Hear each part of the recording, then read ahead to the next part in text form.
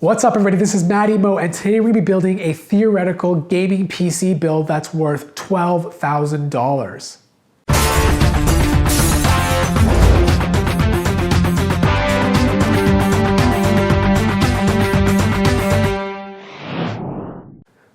So what would you do if someone came up to you and said, I want you to build a $12,000 PC, I'm going to give you the cash, but if you don't build it, I am going to kill you.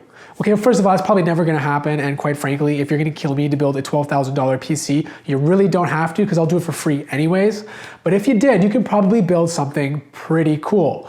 Now this is not only for gamers, like this PC can be used for a lot of other things as well. Virtual machines, you can build servers with it, and of course you can do a lot of crazy video editing with it as well, because it's gonna be so powerful. So without further ado, let's jump right into this and build this PC. So the first thing we're gonna need is a CPU. And because we're sticking with a desktop PC, we're not going to touch the Xeon cores. We're going to stick with desktop processors, and I'm going to select the Core i7 5960X Haswell E, which is for Extreme Edition CPU. This thing is a beast. It's 8 cores and it's extremely fast, and it has the ability to be overclocked really, really well. Now, because we have that beast of a CPU, the next thing we're going to need is a cooler to cool that CPU. Yes, we could probably just use the typical Intel fan that came with the CPU, but let's be honest, it's garbage. We want something to keep that CPU nice and cool. And there's no better way to do it than with a water CPU cooler. So I'm going to go with the Corsair Hydro Series H100i. It runs for about $114, and it does an amazing job keeping your CPU cooled. So far we have a $1,200 CPU and $114 for the CPU cooler. So next up on the list is the motherboard, and there's so many different motherboards to choose from, so a lot of this comes down again to personal preference. I found a couple $750 motherboards, but I thought that was total overkill for what we're actually doing.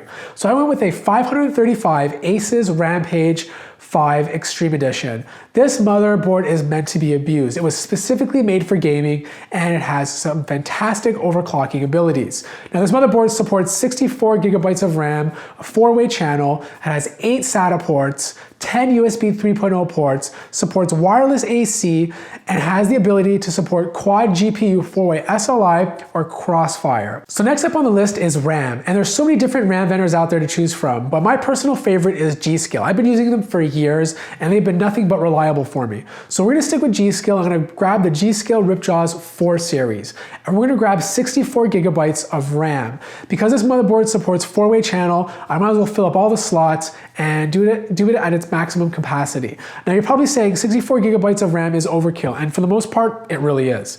But it's fantastic if you want to run RAM disk, or if you have a lot of virtual machines running. This will definitely have no problem supporting it. The RAM is DDR4, obviously. It's 2800 megahertz, and this will help run the machine ridiculously fast. Now the price is going to cost $1,400. So next up on the list is the GPU, or the video card. This is probably the most exciting component of the actual build. So I went with an ATI Radeon R9 295X2 video card. So the video card itself actually has 2 GPUs on it. So I ended up buying 2 of them to give us quad fire. So the other alternative would have been to go with NVIDIA GTX 980 and grab 4 of those.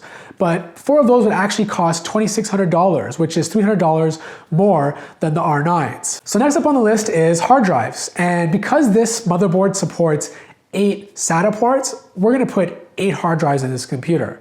Now we're not gonna fill them all up with SSDs, because that would be crazy. We don't need 8 SSDs, that's totally overkill.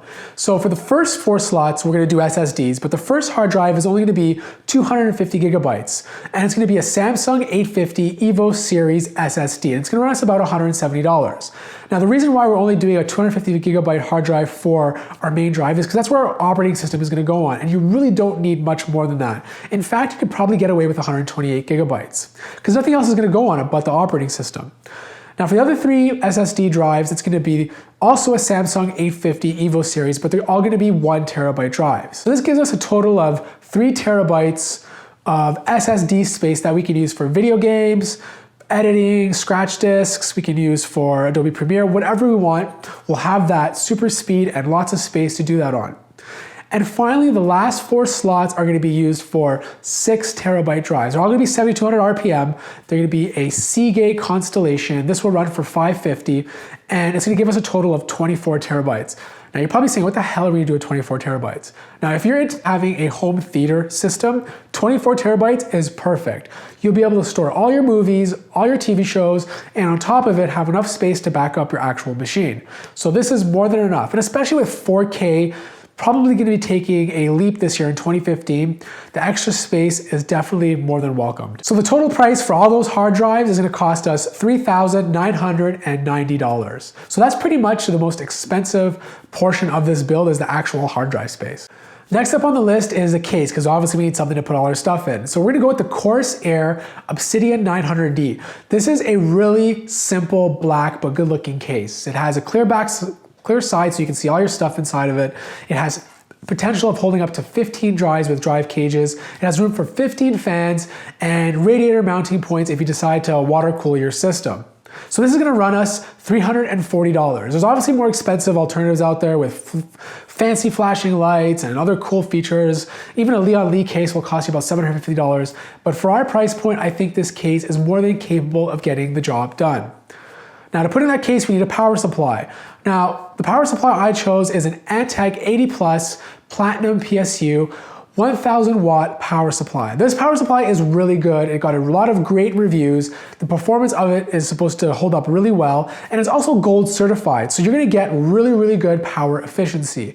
Yes, it's 1000 watts. We probably could have went with 1600, but I think for our build, 1000 watts is much more than enough to power our computer. Next up is fans. We need a lot of fans to keep this bad boy cool and to keep it running well. Now, because it has space for 15 fans, the actual case already comes built in with 4 fans. It has 3 front fans and 1 fan on the back, so that means we need to fill up 11 other spaces with fans. So for fans, I chose the Corsair Air Series SP120 High Performance Edition. These fans are really, really good. They have a very high static pressure fans, and they have this blue little border around the fan to give the case a nice look. Now, each fan is going to cost $33 each, and it's going to give us a total of $363. So next up on the list are all the little things, peripherals and stuff like that, that I think we'd probably need with the design of our computer. So the first things first is a Blu-ray. I probably rarely use this, maybe once a year, but it's still good to have, and I just chose a regular standard Blu-ray player that costs about 60 bucks. It's the LG Black 13X Blu-ray player, and that's all you really need to run any Blu-rays that you happen to have lying around. Now for the keyboard, I went with a $165 Razer Black Widow Chroma Mechanical gaming keyboard. Mechanical keyboards offer that really, really nice clickety feel. It feels fantastic when you're gaming, and it sounds awesome when you're typing, and it has this texture that feels great on your hands. So that's the keyboard that I like. It looks really, really cool. Razer makes fantastic gaming products, and you really can't go wrong with this mechanical keyboard. Now next up, this one really comes down to personal preference. It's the mouse. Now, most of you will probably not agree on my choice, and that's because I have a reason why I chose this. Now the mouse I chose is a Razer Deathadder mouse, and it only runs for about 55 bucks. There's tons of better options out there, but the reason I chose it is because they make a left-handed model, and that happens to be because I'm left-handed. And I've been using this mouse for years, and I've been really, really happy with it. It's a great mouse, it's nice and smooth, it has 3,500 DPI, and it runs really well, especially when you're playing RTS games. So that's pretty much it for the actual PC itself. I'm not gonna bother going into sound cards, speakers, headphones, anything like that, because that can really rack up the price of this computer. And that kind of stuff really comes down to personal preference. Some of you might be crazy audiophiles and have to have the best of the best sound. Now, I'm also not going to include monitors. So that's pretty much it. That's my $12,000 gaming build. This actually comes up to $12,000 when you add everything up together. I wonder what you guys think in the comments below. Would you guys build something different? How would you change anything? And quite frankly, I want to know what you guys would build. Put together a list yourself, throw it in the comments below, and if anybody else likes that person's build, give it a thumbs up. If that person's build gets enough likes and support, you know what, maybe I'll showcase it on one of my upcoming videos. I'll give that person recognition, and we can go through the PC build that they came up with. Thank you guys so much for watching this video. If you enjoyed it, please give it a thumbs up. It definitely will help me out. Also, if you haven't already, please subscribe to the channel, and I'll see you guys in the next one.